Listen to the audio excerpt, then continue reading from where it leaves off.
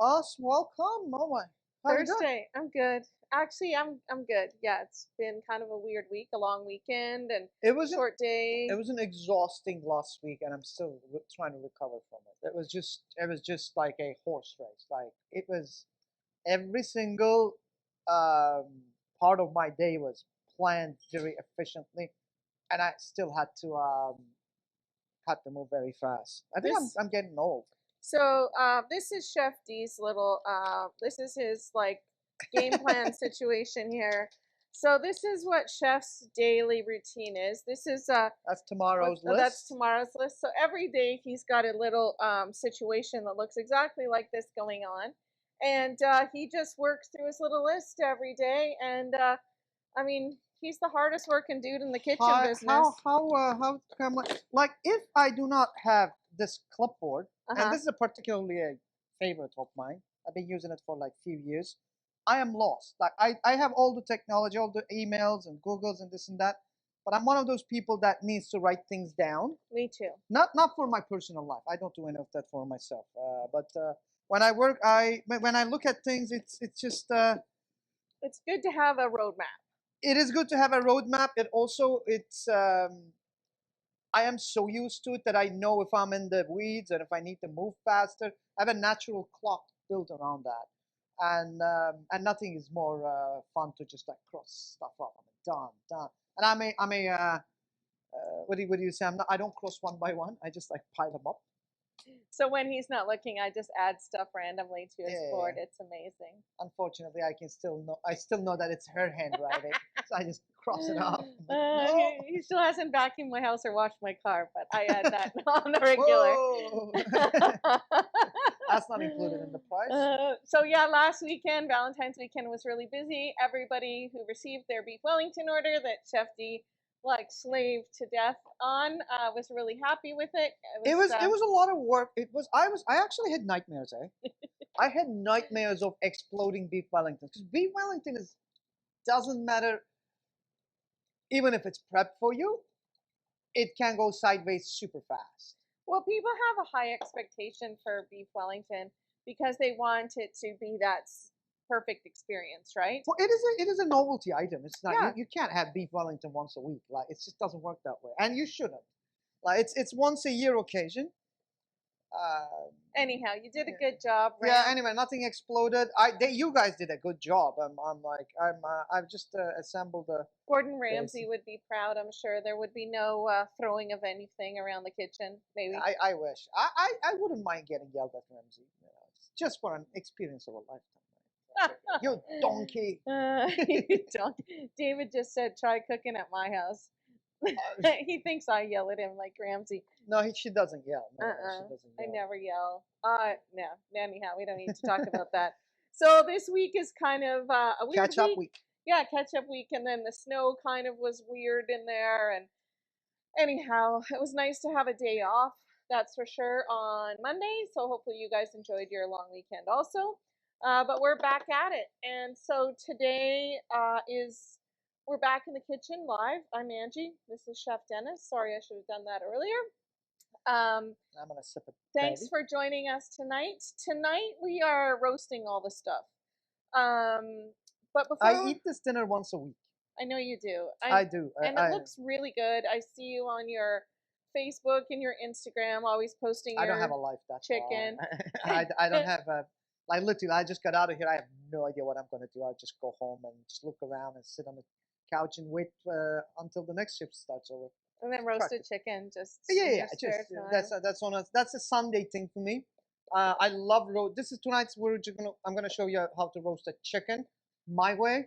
I'm sure your way is great, but mine comes with a little hack. So you just roast the chicken in half an hour, and you still have it whole as a presentation. And I think it's one of the greatest hacks. And your breast and your thighs and legs actually cook at the same time. But we're gonna get into that now. Yep. A roast chicken is like the ultimate in comfort food.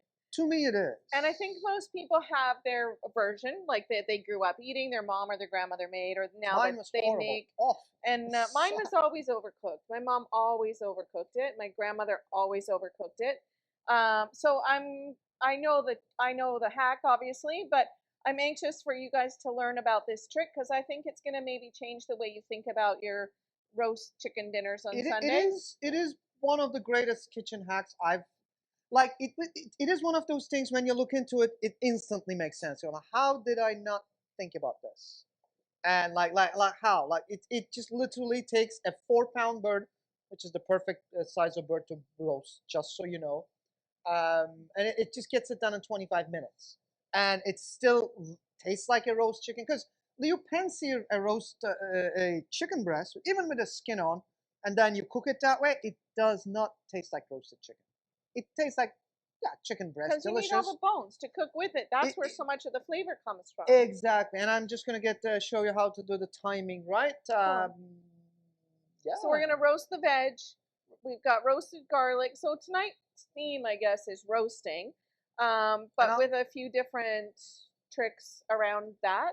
Yeah, and I'll show you the simplest mash. Now, all my career, I've done complicated mashed potato applications, and it was painful. Like it's just painful. And then I actually needed a lot of potatoes because Angie likes to serve large portions. So I'm like, you know what? I'm just gonna go to the heart and soul of this, and I'm just going to do simple things right, just like you would do at your home. But I'll show you my twist on it and what I do. But it's my potatoes are raw; they're not done, and I'm hoping to be able to cook them in 15 minutes. So Chef roasted a chicken ahead of time just because of the Yeah, hour long here, because we're talking and stuff. But you can do this whole meal for sure in under an hour. absolutely. So if you're cooking along with us, you'll have dinner when this segment is done. But Chef's done other things ahead of time only so he can spend more time talking to you Now, about it while your while you do the chicken's talk, cooking. I'm just gonna get my potatoes started. As you can see, I'm stressed about. I'm kidding, I'm not. But I just want to get them started so they cook in time. What kind of Angie, potatoes are those? these are yellow flesh potatoes. They call them Yukon Golds? Yukon Golds here. Idaho, no, Idaho is a russet variety.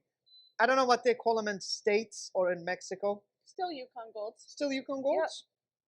So I think Yukon Golds are great all-purpose potato. They hold up well to mashing. They don't go mealy.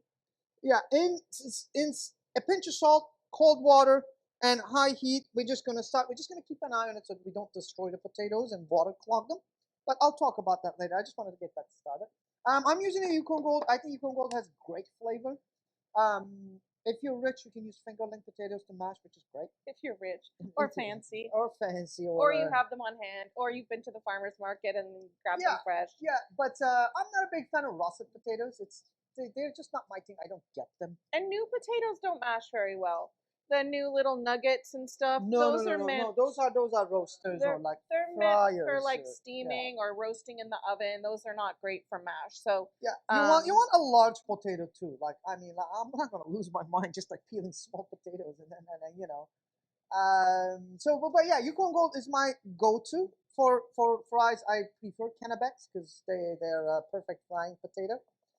And okay, yeah, and then we're just gonna do simply roasted carrots because this is in every single fridge in every household. But I'll explain as we go. I'll show you how to make a nice little sticky glaze for them too. Carrots perfectly complement the mashed potatoes, the chicken. It's like this whole. I don't know. That's what I ate growing up because carrots were cheap. They were available. My parents always had Carrots access broccoli, to them. Right? Yeah. North American man. So anyhow, I'm looking forward to this. So as usual, if you have questions or comments or commentary while Chef is cooking, feel free just to type them into the comment bars. Hopefully Kay will post the recipes. Oh, I've been told the thumbs up from David. The recipes are there. So if you'd like to download the recipes, you can access them and follow along with Chef. And then you can make these recipes later, or if you're cooking along with us, you can hopefully enjoy your dinner at the end of this segment. I gotta tell you though, when I have roasted chicken, I don't eat it with mash and veg. What do you have it with? I just usually grab a baguette, and I usually cook a 4 pound bird. I eat 2 pounds of it, and a baguette, and I make a little tomato salsa, and then dip my bread in the drippings. I usually make like mini sectional sandwiches every half an hour, and I in a course of 2 hours I eat 2 pounds of chicken. But then I don't eat for the next 24 hours. He's a snacker, just like one sandwich after Yeah, another. yeah. But I mean, that is about roasting chicken. You know what I mean? A slice is great. But you're also living on your own, so you're not sitting down to dinner with a family, right? Yeah, exactly. I mean, not with So my dog. yeah, He Louis the other eats some of the pound, yeah. chicken, but I mean, when you're sitting down to dinner with your family, you want to have like an actual meal, Yeah. not a bunch of sandwiches every half hour. Yeah. Also, this is a great dish just to let me show you. This bird is a 4-pound bird. This cost me $10, and it's a free-range bird. Fresh, local, Fresh. chicken. I mean, I get a good deal, right? We buy wholesale for sure. You can get this bird for in Safeway at like $15. It's hormone-free. It will give me with my portion in 2 dinners, but it would give you It'll feed 4. this would comfortably would feed 4 with the mash and whatnot, and then you take all the leftovers and you just boil in water, and then you'll have another lunch with it.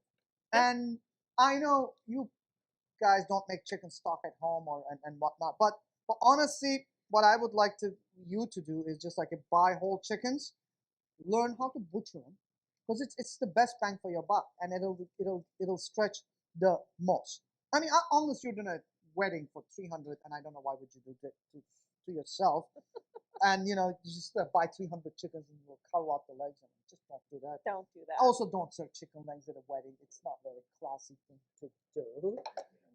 It is actually fried chicken is so hot right now at the weddings, man.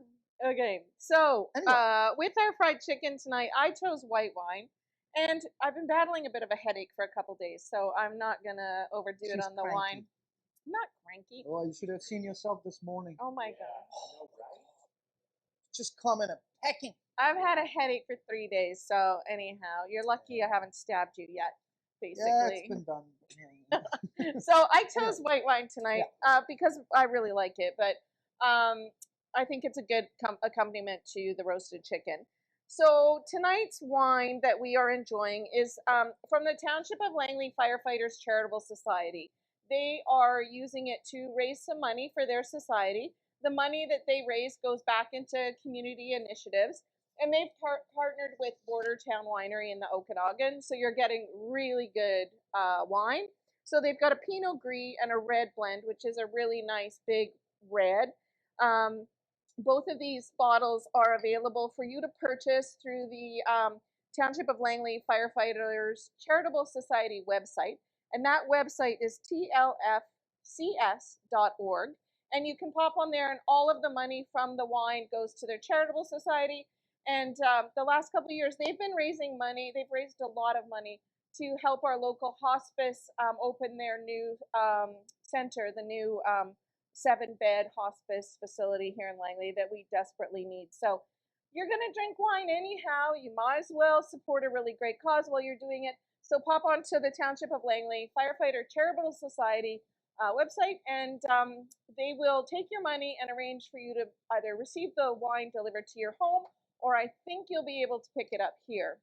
So anyhow, that's what we're drinking tonight. Is delicious, actually. Pinot Gris from Bordertown. It is a good wine. It is a good wine. It's a bit dangerous one because it goes down super easy, but it's delicious. It'll be delicious with the roasted meat. So yeah, I'll post a link to the wine in the comments, and we'll come back and chat some more. Cheers, Let's Chef. roast some chicken. Let's do this. All right. So now we talked about mash. I got my Yukon Golds. My heat is on high. Pinch of salt. They are boiling, and we're just gonna keep it at that. They're not boiling yet, but they will come up to a boil in a minute. The second part of the puzzle is our roasted veg, and for that I am going to go and put this to the side so it can just keep boiling away. And then I'm gonna start my pan for my carrots here. Go boost. All right, let's see what happens. You know what? Let's just start the butter as well at low setting. Now, for my carrots. Woo, she loves you. I don't love her back. Anyway, my pan has just started. Carrots, again, if you can afford, if you're serving a carrot as a vegetable, please buy organic carrots. They taste 10 times better. It is one of those vegetables that is better in its organic form, mostly. Um, but if you're broken whatnot, you can use regular carrots by all means. I'll show you how to put a little packet with flavor. Now, these are organic carrots, and I'm just cut into this like little diamond, which has got nothing to do with a diamond, but we call this a diamond shape. And then they're mostly the same size. Again, if they're cut properly in the same size, they will roast. But we're not looking at an al dente or a bite on them. We just want them nice and roasted and soft. So, without any further ado, some butter in your pan, get it melting. This is optional. Fennel seeds or coriander seeds or cumin seeds with carrots work brilliantly, especially with cumin, and you serve it with garlic yogurt. That is a hospital food staple in Turkey, which is a good thing. We don't eat horrible at the hospitals in Turkey. The yogurt is the staple? Well, yogurt is Turkish by all means, but no, roasted carrots served with garlic yogurt is one of our main sides. And to this, I'm going to add my carrots, a nice pinch of salt. Okay, that's my salty components. Excuse me. And then I'm going to get my pan going. My oven is set up at 500 Fahrenheit, and it's nice and hot, and it's going to do all the job for me. Here, I have sherry vinegar and maple syrup, which is going to give me that nice sticky, well, the sugar is going to make it nice and sticky, and then the sherry is going to make it nice and tart. I got a pinch of salt. Carrots are naturally sweet, so you get the combo, right? Let's just cover them up with fat. My potatoes are vigorously boiling, a bit too much for my liking, and I'm going to turn them down to a simmer. Now, the problem with the potatoes, if you just don't pay attention to them, they will go super soft, and once their structure is broken, they will start to open up their pores, and once it's waterlogged, then you're screwed. Your potatoes need butter and milk rather than water cloggage. Here's my glaze, goes into the pan for my carrots. I'll just grab the handle, shake everything around. Okay, and then I'm going to turn this all the way up. See? 5 minutes of work, and then potatoes are about 6 to 7 minutes away, and the carrots are about 15 minutes away. And with this new trick, your chicken will be done in a mere seconds is what it is. Now, it is ideal to prep your chicken ahead of time. Today, what I'm going to use with my chicken is salt and pepper. This is Diamond Crystal Kosher salt. We're not endorsed by them or anything, but that is the best salt out there that I would like to use. I have citrus, I have thyme, I have bay leaves, 2 shallots. You can use white onions by all means, like wedges, maybe 6 wedges of white onions and whatnot. I'm going to reduce my liquid a little bit. Okay, and then I have rosemary. Oh, God. And I have young thyme if you can't find young thyme or rosemary. Dry is just fine. It doesn't substitute the fresh one, though, I have to tell you. And if you're roasting the chicken and spending the money for it, which is merely $10 to feed 4 people, excuse me, it's the vinegar. This meal will set you back around $20, and 4 of you will be fed, which is incredible value. And I'm not even mentioning the lunch the next day. Okay. I have nice little, my bubble formation started to get large, meaning I'm more viscous. Sorry, slightly smaller, which means I'm more viscous, meaning that I am reduced enough to that honey consistency, and I go to the oven for about 15 minutes. 15 minutes. Mushy, roasty things are delicious, so just a heads up on that. Now let's, should we name this bird? No. That was strict. Why do you want to name the chicken? I can relate to it. Okay, you go ahead and name it. No, now you're feeling guilty. No. I'm gonna What stop are you you gonna right call there, it? right now. Like Kevin or something weird? Well, we gotta see if it's a boy or not first. All right. Normally chickens wouldn't have the neck, but it's here, not without exposing any breast meat. And I'm gonna cut the neck out. And how you do this is you literally just go in there. Obviously, for this application, you will need a sharp knife, and you should have a sharp knife. You should have one knife, a sharpening stone, and that will solve all of your knife problems. You don't need 84 knives or the latest knife that came out. Exposing the neck, cut it off. Obviously, it's a Kevin. And don't get rid of the necks. Also, please roast them, and you just can boil them with the um, leftover bones for a flavorsome stock. Now I'm gonna. This part is called. It's one of the favorite parts, copion. The something's nose they call it. Pope's nose, yeah. Or the French call it copion. It's one of the tastiest part of the chicken.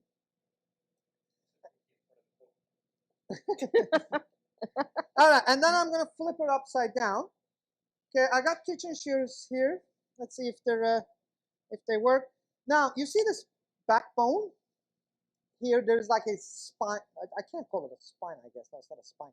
It's this backbone. I am going to cut this backbone out, and the reason why I'm doing that is that backbone creates a large structure. Okay, and that soaks up a lot of heat. What it ends up is that by the time the breast is done, just because it's here, I'll show you. Just because it's sitting here like this, okay, um, it lifts up the legs and the thighs. Instead, when I take this structure out and lay the thing flat, this legs and thighs are going to touch the pan, meaning I'm going to gain momentum in cooking the legs and thighs. Meaning, when I hit 135 or 140 on my breast, and I know the guideline says cook it to 165, but you go ahead and do it. By the time I hit 140, with the adherence, the heat from the direct heat from the pan, this chicken will be done perfectly all around. And that's the whole logic to it. And I'll show you in a minute. Might be a little theory right now. So again, just feel the bone. It's literally this. And we're just like carving it. The only thing you really would like to be careful, I'm going to score the skin because my kitchen shears are not very sharp. So it doesn't go through the skin. So use your knife. Okay. And yeah, there's no easy way of doing this. Just cut it away. The only thing that you don't want is carve out the oyster meat, which is in the back of the chicken. You do not want to get rid of that, so you should go around it.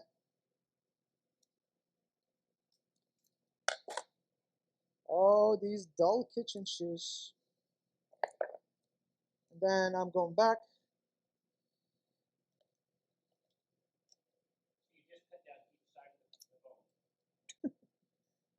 Yeah, yeah, sir, I just had a piece of, okay, I got a piece of chicken right here. Sorry about that. Chicken shrapnel. I got hit. She got me on the way out. Oh, did you? I would like to put a request to the management, please. We need new kitchen shears. Take it up with the manager in the morning. Yeah. Nikki will be back tomorrow. I think I have your debit card, actually. What a way is it to just go buy one? Yeah. Again, this is delicious when it's roasted to be, I mean, if you want to snack on it. Now, as you can see, my chicken is now open. Okay, now there's a little bit of kidneys around, so let's just, I'd like to wipe them off because offal in North America is quite awkward. Let's check on our potatoes. They gotta be soft. And they are 1 minute away. Now I'm gonna grab a kitchen towel. And I'm gonna take these little pieces of kidneys and generally wipe inside of my chicken. You have to do this 24 hours in advance, by the way, just so you know.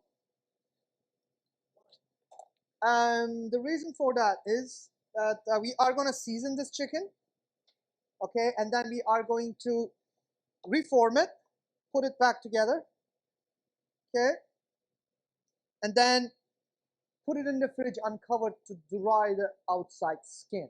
Also, the salt is going to penetrate the flesh, which is going to give you a flavoursome chicken. But this is, now, these are all contaminated paraphernalia, so we need to get rid of these or give them a wash. Okay, so this is what I was talking about. Normally, your chicken would roast like this, and people would truss it. I'm not with the agenda of trussing a chicken, just so you know. I don't think it's necessary unless you're doing a slow roast. To create steam in there, like smoking and whatnot, that it might be a good idea. But with this roast, we want to go fast and furious. When I put it in my pan, I'm going to put it like this. So as you can see that my thigh is completely touching the bottom of the pan, and my outside of my legs are completely touching the side of the pan. Now this bottom of the pan, as it starts, it is way hotter than my super hot oven. And then also what this does is, again, it just it gives you the equal time to cook the breast and the legs properly. Now with a turkey, you can't do this because turkey legs and thighs are a little bit more fibrous. Okay. Chef, so if you don't have time to do, or if you aren't planning ahead, the 24 hours, I mean, it's not crucial. No, it's you can not. still do this method. Absolutely. It will.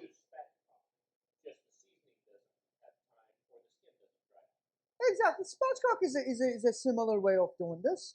This though, when this looks like a little bit more, I'll show you the end product, more like a roasted chicken. It still has the structural integrity to it. Spatchcock is great on grill.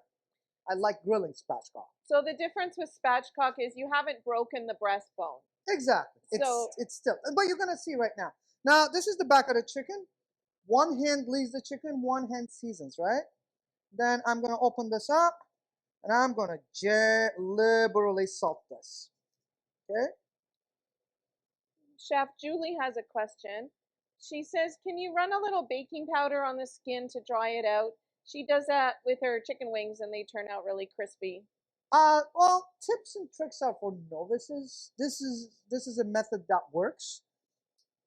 You can, yeah, sure, but you will never ever get ultimate crispy, crunchy skin from a chicken. That doesn't work like that. It will be crispy, it will be nice and dry, but you are not going to have that effect from a chicken skin. Because once the chicken needs to rest about an hour, okay, so that all the juices can distribute properly. See, I touched the chicken with my seasoning hand. Once this rests an hour, a lot of this, especially if it's a very moist chicken, that moisture is going to get your breast skin or the outside skin somewhat still soggy. So I wouldn't stress it too much for crispy skin too much. Anyway, long story short, here goes. Now I'm doing my legs and thighs, wings, whatnot. I'm gonna turn it around, open up those wings, season every single cavity in whatever you can find that is. Don't leave anything unseasoned. Okay, so that's nice. My seasoning can goes back in. Nice pinch of black pepper. Now, to this, I started to heat up my pan. Let's just give it a rinse to our hands. Also, pick the chickens with the large breasts. That's a big hack too. It is the larger the breast, the more moist it's going to be, the more surface area that it would have. Now my pan is hot. I'm gonna add some olive oil to my pan. Let's just turn this all the way up. Go ahead and cancel your fire alarm. Can I say that? Don't cancel your fire alarm. Now I can see the caramelization of the carrots. It's not again. Yeah, don't cancel your fire alarm. Yeah, don't do that. Don't do that. All right. Our carrots are done. I'll let it chill out here for a second. That's a aggressive oven there. I like it. Okay, so I'm going to flip my chicken, and I'm going to grab my thyme and my lemon. Oh, actually, let's put the lemon on the side.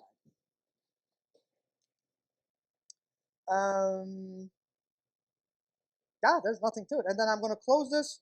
I'm going to flip it, turn it inside to the original form just to get some movement going on. And then again, I'm taking my legs and thighs and I'm opening up and pressing it. Give yourself a little bit of room on the side. My lemon, direct contact to the pan.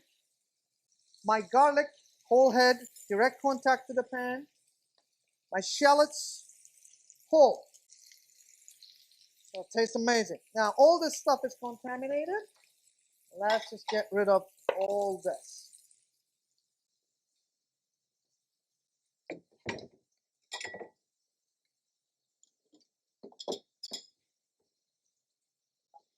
All right. All right. Maybe I shouldn't do dishes on live TV. So it's just it's just a habit. I'm a great dishwasher at heart. That'll be my retirement job. Did you know that? Dishwashing? Yeah. Good. So I can Finally. still be a part of the kitchen without any responsibility. Yeah. Dishwashing is awesome. David's our designated dishwasher at home. It's a great relief, actually. Honestly. All right, now I'm going to gain some momentum in my pan. Okay, so be patient with the stage. Let's give a rinse to our hands just to make sure that everything is nice and tidy. All right. Let's crank the heat up. Let's Doug, go. Chef Doug says, am I allowed to remind Chef about the potatoes? Carrots, dog. It's carrots. And the potatoes. And the potatoes. Potatoes are fine. Potatoes are cooked. He turned the heat off, Doug. Yeah, the heat is off. And as you can see, my potatoes are wonderfully soft. And my chicken is a-coming. Now, the backbones, again, flavor some stock, a little bit of extra virgin olive oil on top. Maybe a pinch of salt. Okay, and goes in the oven. Huh? As long as it bakes. As long as they're not burnt. Oh, sorry. Okay, 35 minutes, man. Oh, yeah, he needs to set the alarm. Now, as you can see, well, that's a bad idea to put your hand in a roasting pan. But things have started to caramelize down there, and it's nice and quite hot. I'm going to grab and I'm going to drop some butter in here. And I'm going to pull it off the heat a little bit. Maybe more butter. And let's just get back on the heat. And last but not least, I'm going to use my hands and I'm going to rub a little bit of olive oil on the top skin so that, or I'll show you another move.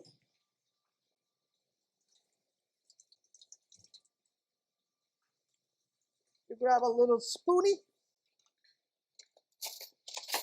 Chef, what's in the oven right now?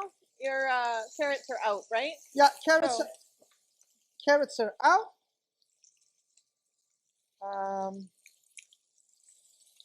And then I'm going to put this brown butter a little bit on top. Stop complaining, man.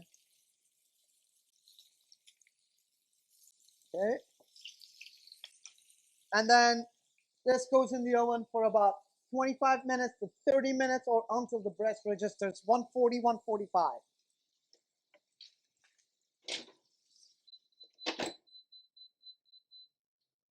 Okay. See, it's not that bad. Other than myself basting my hand with brown butter. But, you know, we're going to take a hit for sure. Now, let's get back to mash. Invest the money. Invest the money in and get yourself a little food mill like this. Um, they're excellent to do a lot of tasks. So that's that. And it will avoid lumps in your mash. My mash, I'm gonna get rid of my water. Actually, you know what? Let's just do this. So, Chef, people are concerned that the potatoes sat for too long, but they weren't fully cooked, and the water was turned off, right? So Yeah, it's here. Here are your potatoes. Why are you guys concerned? they're just worried about you. Relax. I've done this before. I've done it in multiple levels. The potatoes are fine. I'm just gonna give it like 10 seconds just to breathe. They don't.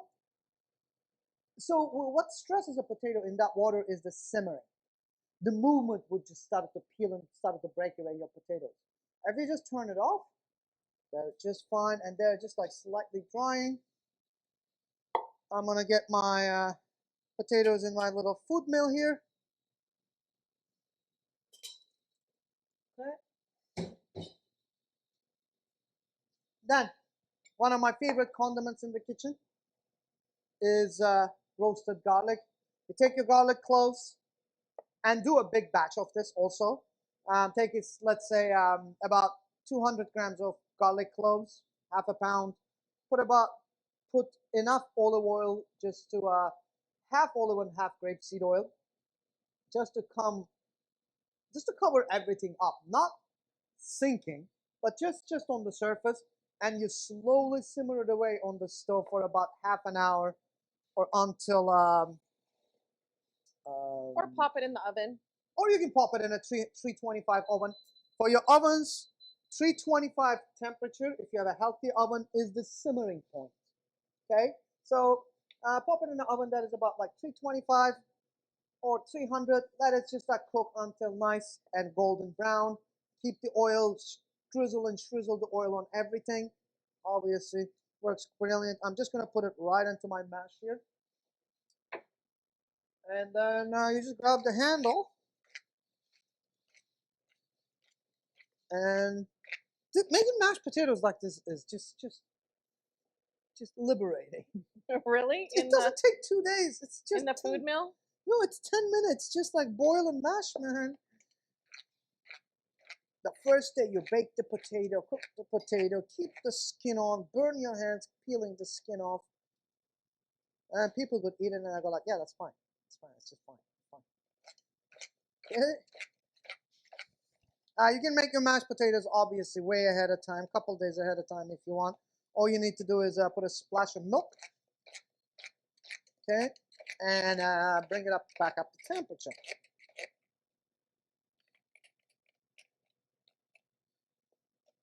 Now you can use a food processor for this if you wish, but food processor goes a little bit too fast, and it might make your potatoes a little bit gunky and gummy if you're not careful. So the manual is the best way to do this. Okay. I still use an old school hand masher at home. I love it. Yeah. I like them a little bit sort of rustic, I guess. They don't have to be quite as smooth, but I like the old school masher. Nobody's going for their Michelin here. Just relax and just get a potato masher if you can't afford anything else. And it is just fine. There's slight lumps. That's fine. Spring onions, just because Angie hates them. She doesn't like raw onions in food, but I think it is a great addition. And a little bit of butter and milk. The amounts are written in your recipes. Now you can add as much butter as to this, but this is like a weekday mashed potato, so it doesn't have to be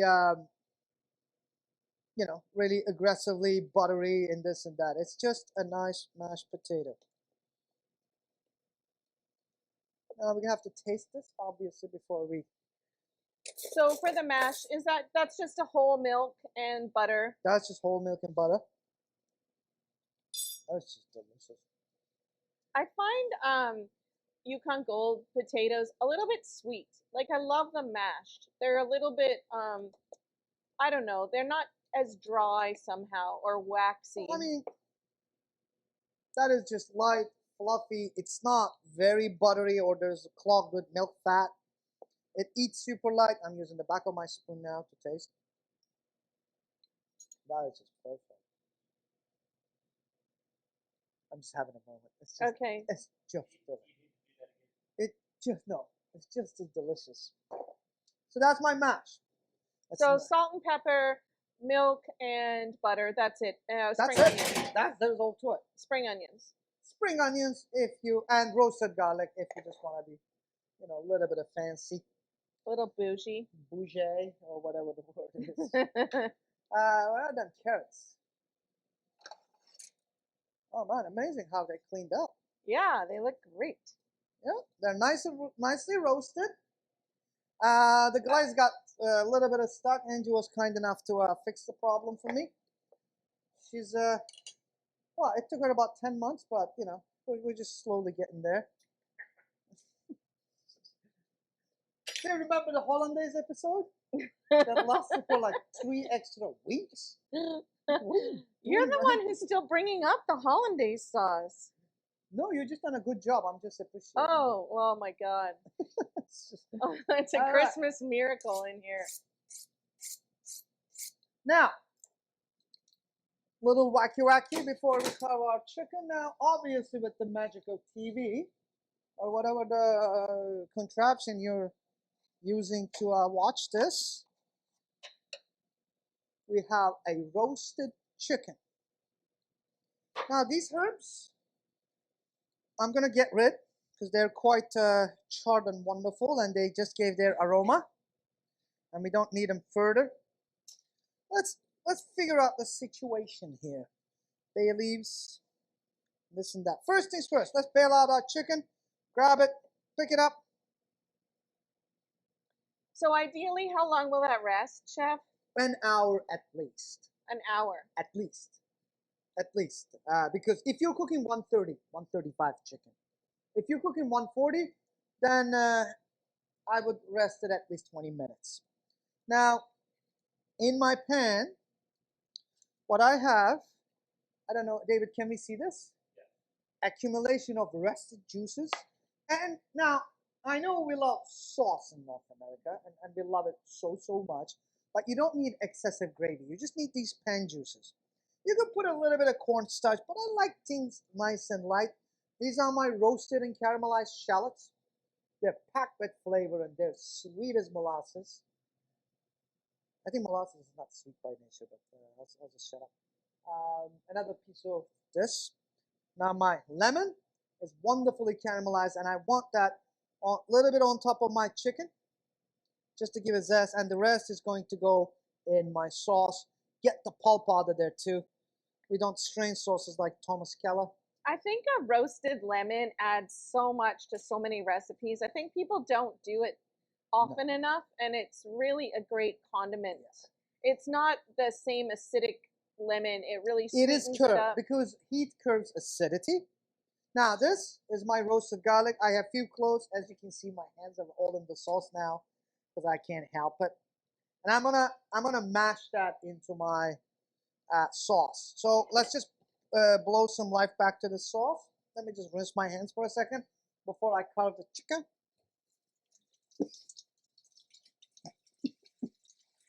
Excuse me.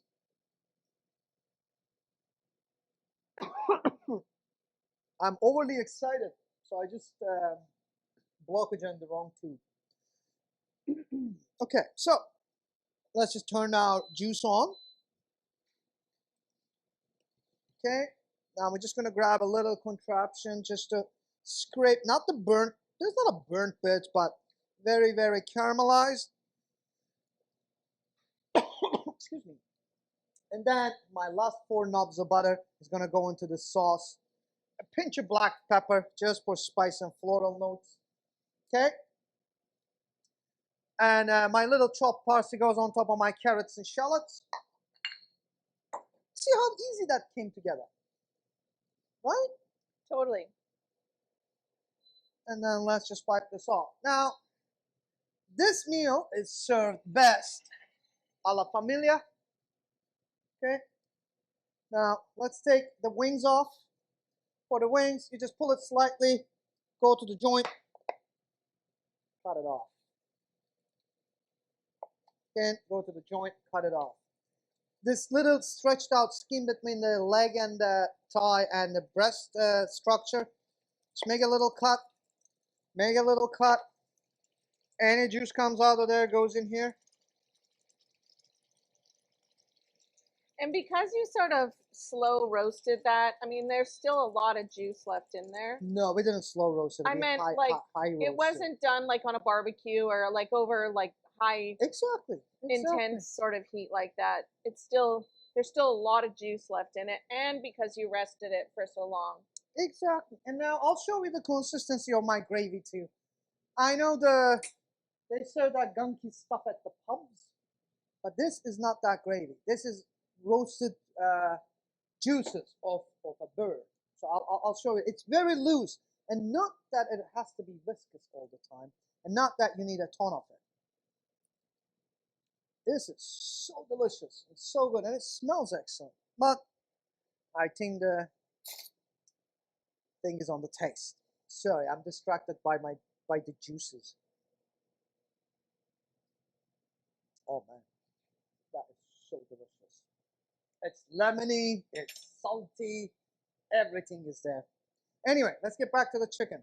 After we just open the leg, I'm just gonna make a little cut until I hit that joint and flip your bird upside down. This is already open. And don't forget to carve your oyster,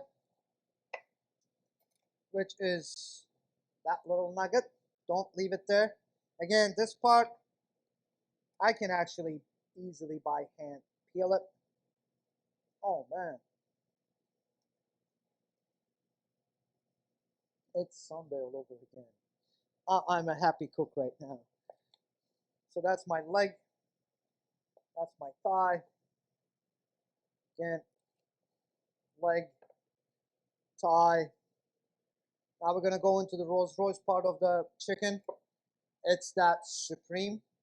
Now you will see a little line right in the middle, just on the left side of the line, so right side, and then on the left side of the line. As soon as hit the end, turn your knife and start shaving the breast from the cavity. Don't pull the chicken or you're gonna leave some meat on the carcass. And I actually like that little bit of meat on the carcass. When you boil it, it's a great snacker. Makes a great chicken salad. If you ever think that you had good chicken salad, you should try this one. Okay.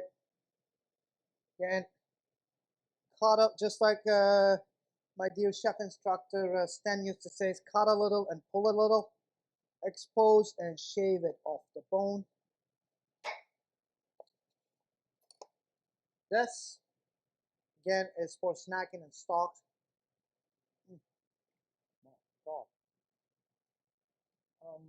So this is the same way you would carve out a turkey, right, Chef? All the birds are same. Yeah. All the birds are same. They share the same structure, just like fish, flat and round fish.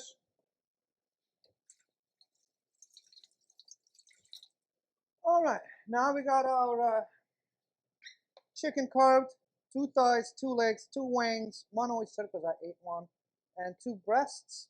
And you know what? Let's cut the breasts in large chunks. I don't like skinny skinny slices of anything. It keeps the moisture, and as you can see, it is just so juicy. It's just dripping. So that the meat doesn't go cold. So I'm going to cut these into 3 pieces. I'm going to turn this around. It smells so good in here right now. That might be me. It's not you, it's the chicken. Settle down. Maybe it's David. It's not. It's the chicken. Settle down, both of you. All right, tough crowd, tough crowd. Now I'm going to grab and make a bed with my mash.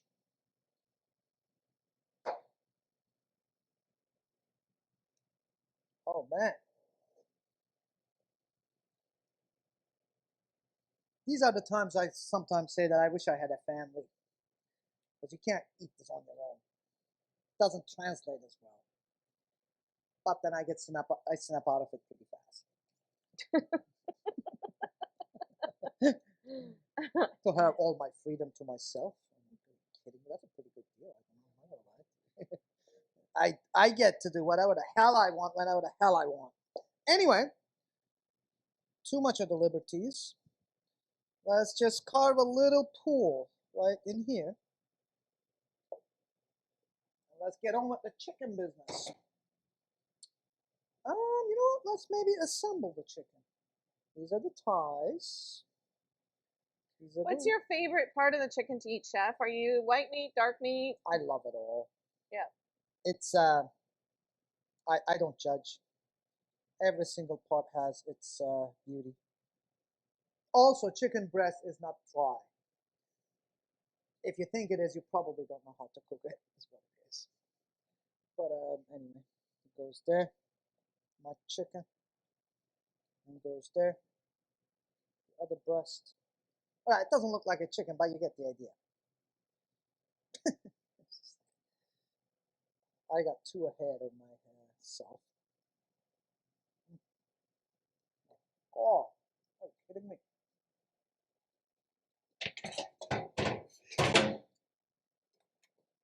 Let's give it a little rinse. So this isn't the fanciest meal in town, but I guarantee it's one of the most satisfying. What do you mean not fanciest? What do you think the chefs eat at home? And then a couple of pieces of shallots here. It just doesn't get better than this. And a little bit of carrots here, carrots there.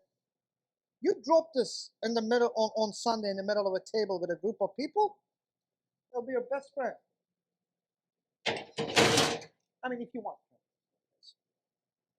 And then I'm going to take my nice and light buttery juices with my garlic cloves in there. And I'm going to dress my plate. That is a meal fit for a king, if I may say, or a family of 4.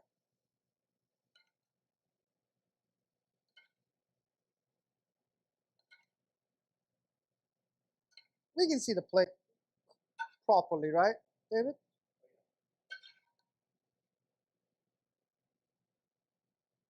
Whoa, fancy, Chef. I could use a glass. Oh, Angie's on it today. Why are you giving me such a hard time today? The same reason for the morning episode. Oh, really? Are you cranky? I don't get cranky. Oh. I get quiet. You get what? I get quiet. Oh, okay. Which disturbs a lot of people, which I enjoy, actually. It is disturbing. All right. I mean, look at this. Come on now. That is how it's supposed to be served. I don't talk like this too much, but I'm very confident of this plate. Let's get you a plate, actually.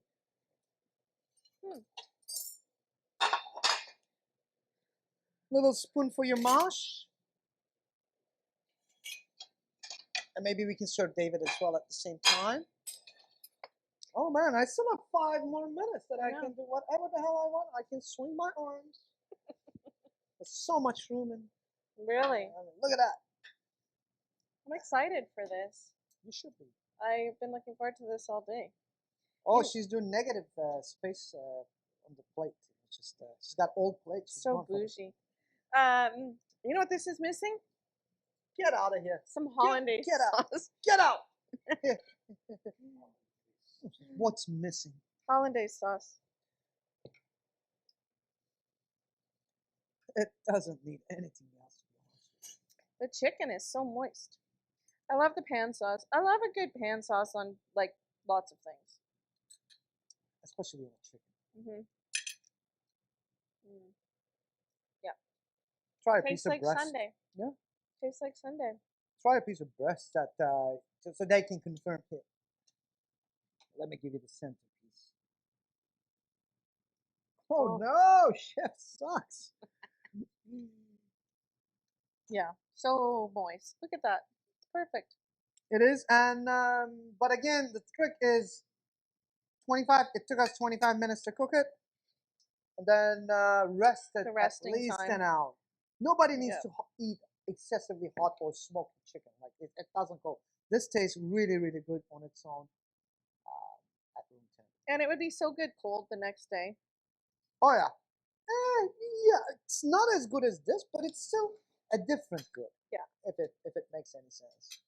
So when you make your stock, we've had this conversation before. Would you just drop that whole thing into a pot of water? Stock? Chicken stock now with the carcass. Yes. Yeah. Yeah, and I love the Japanese method rather than the French method. French method goes low and slow, just to keep the broth clear. So I don't know. I don't know why would you do that, but just because of their knife cuts, and my mother loved me. Um, but Japanese with the whole ramen culture, Mm-hmm. they just put it and they put it on vigorous boil. What ends up happening is that it takes everything off the carcass from full power. Because if you're not simmering it properly, you can easily not extract a whole lot of flavor from your stock. Right. But the Japanese method, not only it just extracts everything with a vigorous boil, but it turns it into this creamy stock that is slightly thickened with the chicken fat, because the vigorous boil, which is a traditional bouillon-based method in France, that you emulsify the fat within the liquid, and it gives you this viscous and incredible flavor. You don't get to look clear on your stock, but we're confident cooks. We're good cooks. We know what's going on, and we're not really concerned about those Pinterest worries of other people. I'm a re-roaster. So I would put that carcass now back in the oven, roast it again before I put it in water to cook down. I think for me that I get a much better flavor on my stock when I've caramelized the bones, the inside of the carcass. I think I just get better flavor. Yes So and no. That there is so much you can push a dehydration of a carcass. Do you know how I know? When we opened up Quaale restaurant, it was the first time I was using the equipment, and you over caramelize it. It can go quite dark and unpleasant. You know that new pasta that people make with ground, like toasted flour, like a dark flour. It is a cool thing to do, but it's not very good. So you still have to have that soft, roasty, sweet chickeny taste, yep. but with extra caramelization. If you go too far, then it'll taste like burnt toast. Sorry. So I'm a re-roaster. So pop it back in the oven, 15 minutes, 400 degrees. You'll get some caramelization on the bones, and that's going to add another layer of flavor to your stock. All right. And if you don't have time to make stock tonight or tomorrow, just pop the carcass in the freezer the way it is, and then you can come back to it anytime you want to make Yeah, stock. if you have a lot. Yeah, yes and no, though. I gotta tell you, roasting happens once and for all, and the first once and for all. So once you put something that's roasted in the fridge, that ambient essence, that the roasty essence actually quite tones down. You get the color, you get the flavor, but the essence is usually not there. So what I usually do is I eat a chicken, whole chicken. I make a stock, a liter. One chicken, 4 pound, will give you a liter stock, and then I freeze that. And then when I have 5 liters or 6 liters of in my freezer, then I put everything together and I reduce it by half to 3 liters, and it is the most incredible stock you'll ever. You'll make the best soups, the best risottos, and whatnot. So she's right. Just you can bulk up on it, and What'd you just say? she's right. You can bulk up on your chicken stocks in a liter and a liter and a liter. Interesting. Yeah. Rather than doing a carcass, and then doing one master stock. Always cherish that fresh roasty taste. I think. Good job on the chicken. It's delicious. Everything's delicious. The mash is good. The veg are good. Lots of good caramelization on the carrots and the garlic and all the stuff that was in the pan roasting with the chicken. So I'm dying to know how you guys roast your chicken. I'd love for you to try this method and report back. Share some photos on social media. Share some photos with how your chicken or turkey turned out. This same method would work with turkey. It's just a longer cooking time, and you're going to need a bigger pan. Here, I'll show you this one. And let's see where we're at. When did we put this in? I don't know. Maybe Doug knows the time. Doug, Where are you? Doug's like our official timekeeper. See, whatever it was, this chicken is done. See, it can't be more than first 15 minutes we talk. Mm-hmm. It's probably around like 30 minutes, and that chicken is also done. So it's you can see how fast. Can you see that, David? The chicken. Oh, and look at it. It's wet spot is not a good idea. Hot. And that is done too. So it's literally takes minutes to put this meal together. Yeah, and so we've just done it. satisfying. Yeah, Totally comfort food. and that was not resting in the fridge overnight with salt on it. That's the Still- fresh one. That's the fresh one that's just been salted and put in the oven. It still has exceptional color. All right. So we don't have a plan yet for next week, so we'd love to hear from you about what you would like to learn, what you'd like to see. David's giggling over there, so thanks, Doug. 25 minutes for that 25 chicken. minutes for a 4-pound bird. That's some good method. I am so proud of myself tonight. He is. He's just super stoked about himself tonight. It's awesome. Thanks for being our timekeeper, Doug. Thanks everybody for joining us tonight. Don't forget to visit the Township of Langley Firefighters Charitable Society website and order some wine. It's a really good cause, and we know you're drinking wine anyhow. So we'd love to hear from you about what you'd like to learn next week. So type it in the comments or send an email to askachef@wellseasoned.ca, and he'll probably ignore it, but I will pass it. I just need the final notice. Dennis, this is what we're doing tonight. So send me a message and I'll boss him around tomorrow. So thank you again for joining us tonight. Roast your chicken, stay home, stay safe, and yeah, drink some good wine and share your chicken with your family. We'll see you right here next Thursday at 5:30. If we don't see you in the store before then. Thanks for joining us. Take care, everybody. See you next Thursday.